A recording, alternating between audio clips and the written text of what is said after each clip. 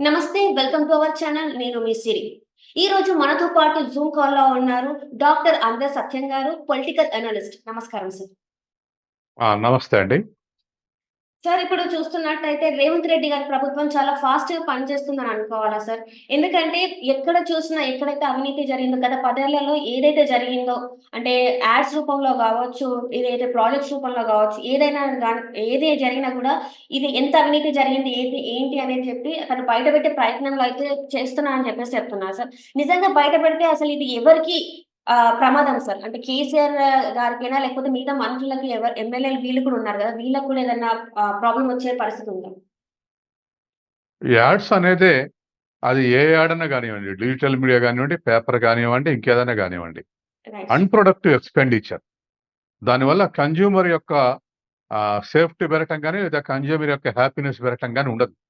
Right. అది కేవలం ads అనేటువంటి ఉన్నది ఉన్నట్టుగా ప్రచారం చేసుకోవటం, లేదా లేనిది ఉన్నట్టు కూడా ప్రచారం చేయటం అనే యాడ్స్‌ని హ్మ్. ఇస్తారు. అయితే ప్రభుత్వం వాస్తవానికి ప్రజలకు చేసే మేలు కన్నా, ఈ యాడ్స్ ద్వారా ప్రచారం ఎక్కువ చేసుకొని, ప్రచారం పొందటానికే చాలా ప్రభుత్వాలు యాడ్స్ ద్వారా ప్రయత్నం చేస్తా ఉంటాయి. హ్మ్. గత సార్. సంవత్సరం, గత 5 ఏళ్లుగా కేంద్ర ప్రభుత్వం కూడా అట్లే ఎక్కువ యాడ్స్ మీద ఖర్చు పెట్టింది. యాడ్ ఎక్స్‌పెండిచర్ ఎక్కువుందని చెప్పేసి అనేక చర్చలు జరిగినాయి. కాబట్టి ఏ ప్రభుత్వానికైనా యాడ్ ఏజెన్సీ మీద ఖర్చు పెట్టేదంతా అన్‌ప్రొడక్టివే. దానివల్ల రైట్ ఉత్పత్తి సార్. పెరిగేది లేదు. కేవలం హ్మ్. ఊదరగొట్టుడు తప్ప దానివల్ల వచ్చేది ఏమి ఉండదు. కాబట్టి దానివల్ల వెల్‌ఫేర్ వచ్చేది కూడా ఉండదు. అందుకని రైట్. దాని మీద చేసిన ఖర్చంతా కూడా ప్రజల మీదనే భారంగా పడతది. అందుకనే యాడ్స్ మీద పెట్టేటువంటి ఖర్చు ఏ రాష్ట్ర ప్రభుత్వమైనా తగ్గించడం మంచిది.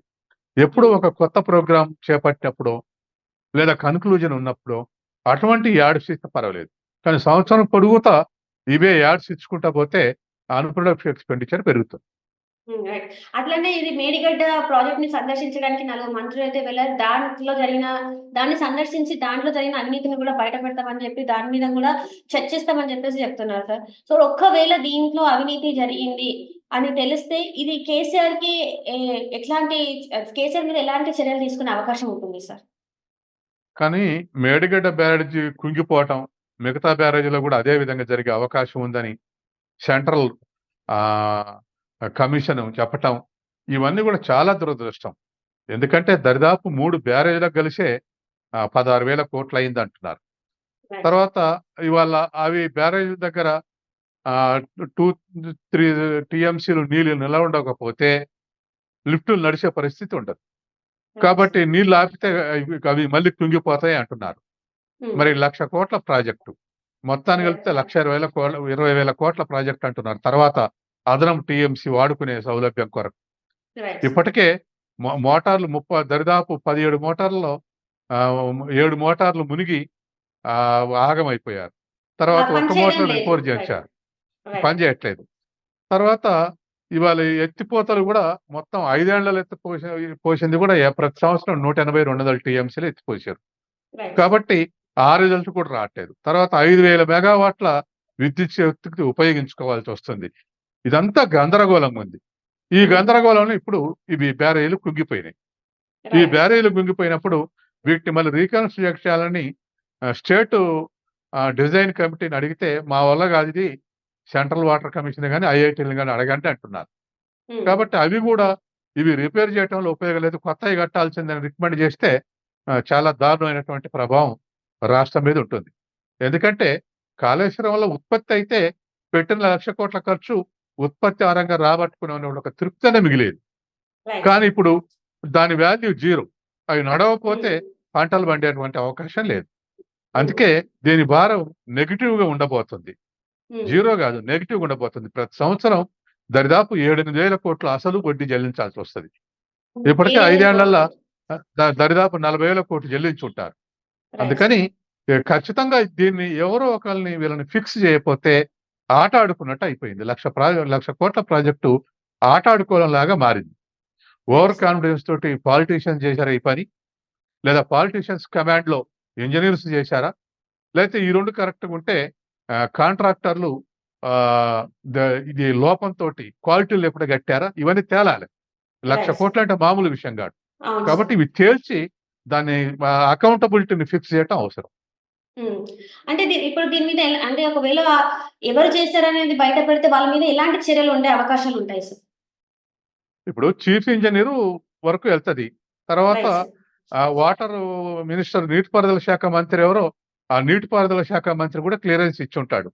Right sir. అందుకని నీటిపారుదల శాఖ మంత్రి వరకు అకౌంటబిలిటీ ఉంటది. ముఖ్యమంత్రి అకౌంటబిలిటీ ఉంటదా లేదా అనేది నార్మ్స్ చూస్తే తెలుసు అది. ఆ హ్మ్. అకౌంటబిలిటీ ఉంటుందా లేదా అనేది. మాజీ రైట్ సార్. ముఖ్యమంత్రి. రైట్. అంటే ఇంతకుముందు ఆ బ్యారేజీ అక్కడ అంటే ఏదైతే కన్‌స్ట్రక్షన్ జరుగుతుందో అప్పుడే కన్‌స్ట్రక్షన్ జరిగినాక గూడా చాలా మంది నేతలెళ్లి అది కరెక్ట్‌గా లేదు అని జెప్పేసి వాళ్ళు వాదించడం అక్కడ కొన్ని చేయడం జరిగింది. అప్పుడే యాక్షన్ తీసుకొనుంటే ఈరోజు ఇంత పెద్దది జరగకుండా ఉండేదేమో గదా సార్! అవును. ఇంజినీర్లు వాళ్ళ రికమెండేషన్‌కు భిన్నంగా కట్టారంటుర్రు గదా! హ్మ్. ఇతరులు ఇచ్చినటువంటి డిజైనర్స్ ఇచ్చినటువంటి రికమెండేషన్‌కి భిన్నంగా 5 మీటర్ల లోపటికి కిందికి మోటార్లు బిగించారు. అందుకే రైట్. మునుగుతున్నాయి అంటున్నారు. Right sir. 131 మీటర్స్ దగ్గర బిగించింది. 125 దగ్గర బిగిచ్చారు. అందుకే మునిగిపోతున్నాయి. ముందు ముందు గూడా మునిగిపోయే అవకాశం ఉందని అడ్వైజర్ పెద్దారెడ్డి అంటున్నాడు. పెద్దారెడ్డో, రైట్. పెంటారెడ్డో అంటున్నాడు. రైట్. రైట్ కాబట్టి సార్. అంత నిర్లక్ష్యంగా ఎట్లా పంప్స్ సెట్టింగ్ గాని, బ్యారేజ్ గాని కన్‌స్ట్రక్షన్ ఎట్లా జరిగిందనేది ఇవాళ $1,000,000 క్వెషన్. అంటే ఇక్కడ ఖచ్చితంగా వ ప్రజల మీద గూడా ఎంత అంటే వాళ్ళకి ప్రాణ నష్టమే కదా సార్! ఎందుకంటే ఆ బ్యారేజ్ మీద వెళ్ళే వాళ్ళు వాహనదారులే అవ్వచ్చు, నార్మల్‌గా ఎవరు వెళ్ళినా గూడా అది ప్రమాదమే గదా సార్! వాళ్ళ ప్రాణం హాని అన్నట్టే గదా సార్! అది ముందు జాగ్రత్త గాబట్టి ప్రమాదం ఏం జరగదు. కానీ ఆ! ప్రజల మీద 1,00,00,000,00,000 భారం పడుతుంది. దర్దాపు లక్ష బడ్జెట్‌లో 3, 4% బడ్జెట్ వడ్డీ అసలు కింద కట్టాల్సొస్తుంది. మనం మొత్తం రైట్. రాష్ట్రానికి వైద్య రంగానికి ఎంత పెడతామో దానికి అంత పెట్టాల్సొస్తది. ఆహ్, క ఓహ్! ఎం ఏది బ్యారేజ్ నడవకుండా గూడా. ఆ! కాబట్టి పెద్ద గ్రేట్ లాస్ అది గనక రైట్. నడవకపోతే.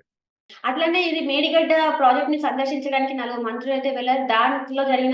దాన్ని సందర్శించి దాంట్లో జరిగిన అవినీతిని గూడా బయట పెడతామని జెప్పి, దాని మీద గూడా చర్చిస్తామని జెప్పేసి చెప్తున్నారు సార్. సో, ఒక్కవేళ దీంట్లో అవినీతి జరిగింది అని తెలిస్తే ఇది కేసీఆర్‌కి ఎ ఎట్లాంటి కేసీఆర్ మీద ఎలాంటి చర్యలు తీసుకునే అవకాశం ఉంటుంది సార్?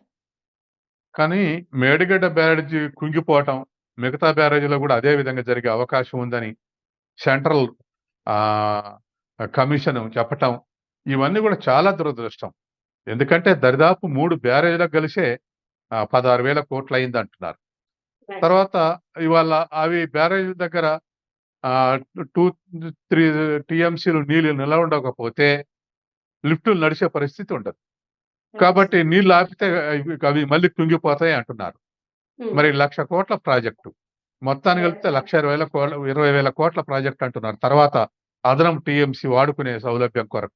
Right sir. ఇప్పటికే మోటార్లు దరిదాపు 17 మోటార్లలో 7 మోటార్లు మునిగి ఆగమైపోయారు.